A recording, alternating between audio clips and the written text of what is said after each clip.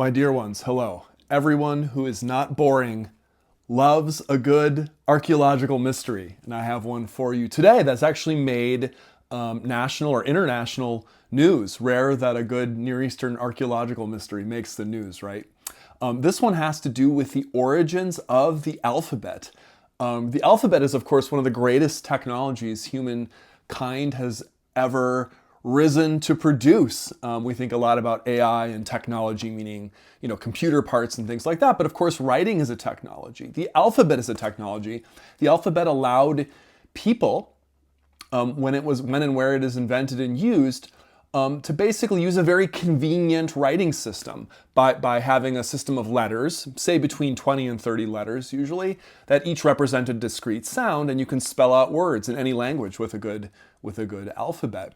Prior to the invention of the alphabet, people communicated through things like pictograms, wherein maybe a single symbol stood for a single word or a group of words, or a very complex, chicken scratchy cuneiform style of writing, which I studied for multiple years in my PhD program, to no great effect as I've stopped studying the language and I probably lost most of it.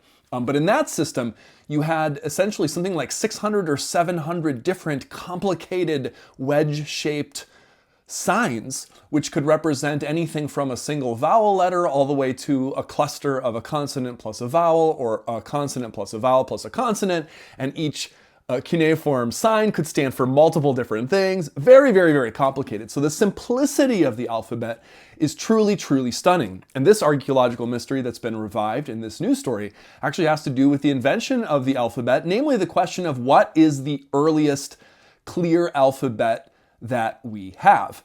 The reigning orthodoxy here in this field is that the earliest Semitic alphabet, at least that we have, is the so-called Proto-Sinaitic alphabet. And it was allegedly, so this research goes, invented maybe even in Egypt or maybe in the desert regions associated with Egypt by miners, by blue-collar workers who were looking to communicate with each other. And really this first alphabet seems to encode some kind of Semitic language. Here's an example of how Proto-Sinaitic looks from a book, The Early History of the Alphabet by Joseph Nave, an Israeli scholar. So here, for example, is one of the famous early Proto-Sinaitic inscriptions that was deciphered. You can see the letter L there. Even kind of looks like an L. If you kind of flip it. So this is one thing to note, okay? Coming up soon here when we look at this stunning, interesting new example, we don't always know which direction letters are going in these ancient inscriptions, nor how the letter itself is to be oriented. So in this inscription, actually, we have the letter L twice, here, and notice how it's actually oriented two different ways, here and here, right? But it's actually similar to our letter L, like being a kind of a hook shape. If you kind of flip it around, you see the basic element there, because that's where we got our letter L from these early Semitic alphabets as they were translated, presumably, at least by myth, by the Phoenicians to the Greeks. I mean, that seems to be true because then Greek alphabetic writing seems to borrow a bunch of those letter shapes. Okay, so L, B, this is the letter B, because, and you see in the pictogram here, it's like a house, like a little rectangular house, and the Semitic word for house is bait, or in Hebrew, bayit. Okay, so and then this little thing that's maybe like an eyeball but tipped on its side vertically is ayin. The L again, and can you guess what letter that is? Surely you can, right? It's a T. Yeah, it's a T. So tav in Hebrew. And so this inscription means to the divine lady, some goddess figure or something like that. So invention around maybe 1800 BCE. We have a bunch of these in this desert region, or not a bunch, but enough that we can read them and see what they are. And there you go. There's the earliest alphabet. Well, that is until really starting back as early maybe as 2006, but certainly in this publication, which I hold in my hands, by Glenn Schwartz, archaeologist at the Johns Hopkins University. From 2010, there was a suggestion that a series of very small clay artifacts might contain an alphabetic writing system, maybe even encoding a Semitic language. These are from a place called Tel el Mara, which is in modern-day Syria. El Mara wasn't a massive cosmopolitan place like some other cities were, like Aleppo and so on. But what wasn't a massive cosmopolitan center in its time. There were bigger cities around it. I forgot which ones. Maybe Aleppo being a city that was popular later. But this was from a grave site. And it seems to be an elite grave, because if you look at the grave itself, a little archaeology here, show a picture of the grave. I know this is not great YouTubing here. I just can't be bothered to edit these videos, okay? You can see all kinds of stuff in this grave, really nice things. So the grave of maybe someone who had a little bit more money. They had enough money to have pots and pans and jewelry and all kinds of cool stuff in their grave, all these little juglets, the bodies. But mixed in there, marked by these arrows here, we find, in fact, a couple of objects. They are small clay cylinders, about the size of like a human finger, each one of them. I think there are a couple of these, 3 or 4 or something like that. And they have markings on them. And the markings are significant for us for thinking about the alphabet for these 2 reasons. One, okay, so before I say the 2 reasons, know this. There are lots of weird symbols and writing systems in the ancient world that we just don't know what they are. So to find a weird or mysterious or enigmatic writing system potentially is not that rare in the ancient world. There are lots and lots of things like this. They're documented, they're unsolved, they may never be solved. Some of them might not even represent a real attempt at writing. They might be what linguists would call pseudo-writing. So somebody just kind of marking things or doing things for their own like personal mystical purposes.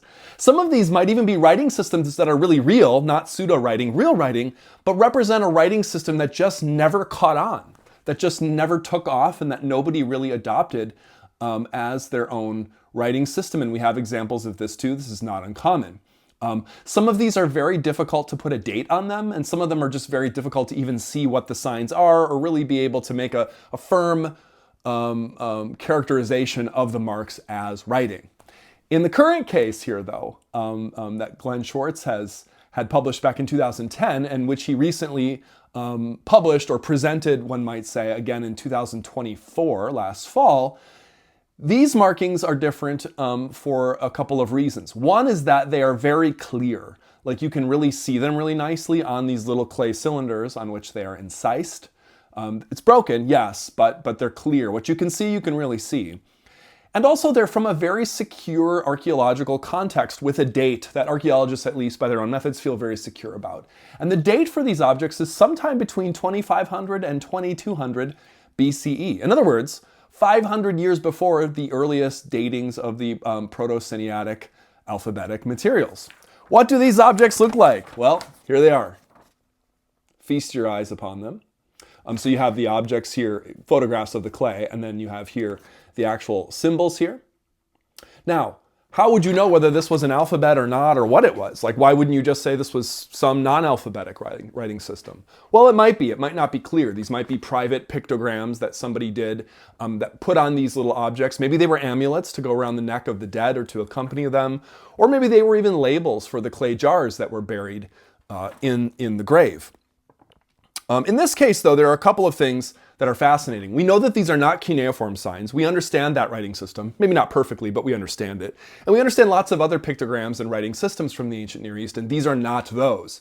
So what the heck are they? Okay, let's look at a couple of these little symbols. Now, some of them that are most intriguing, and others have published about this too, a little bit before last year's presentation by Glenn Schwartz. I'll put a bunch of links down below as always, and you can follow up on all kinds of news stories and rabbit trails about this.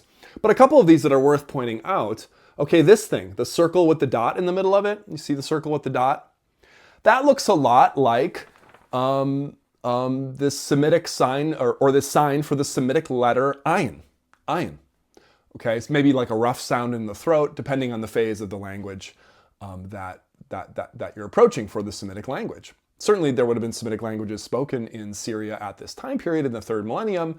And so if that's an ayin, it looks like a very nice ayin. I mean, that's how they look at certain phases of the writing, at least. That could be an ayin. And we have our friend, the little upside down J hook thing, which in the Proto-Sinaitic I was showing you before was the L, right?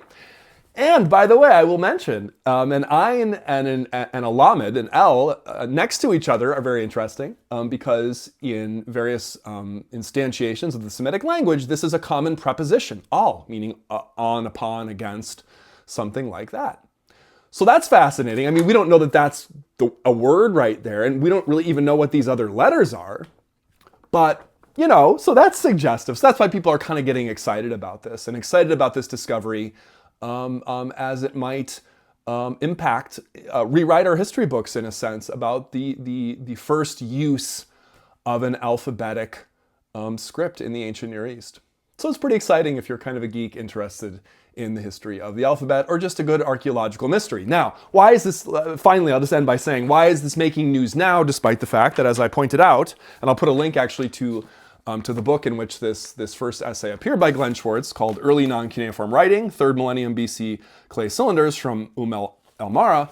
Why is this making the news now if he was already publishing about this in 2010?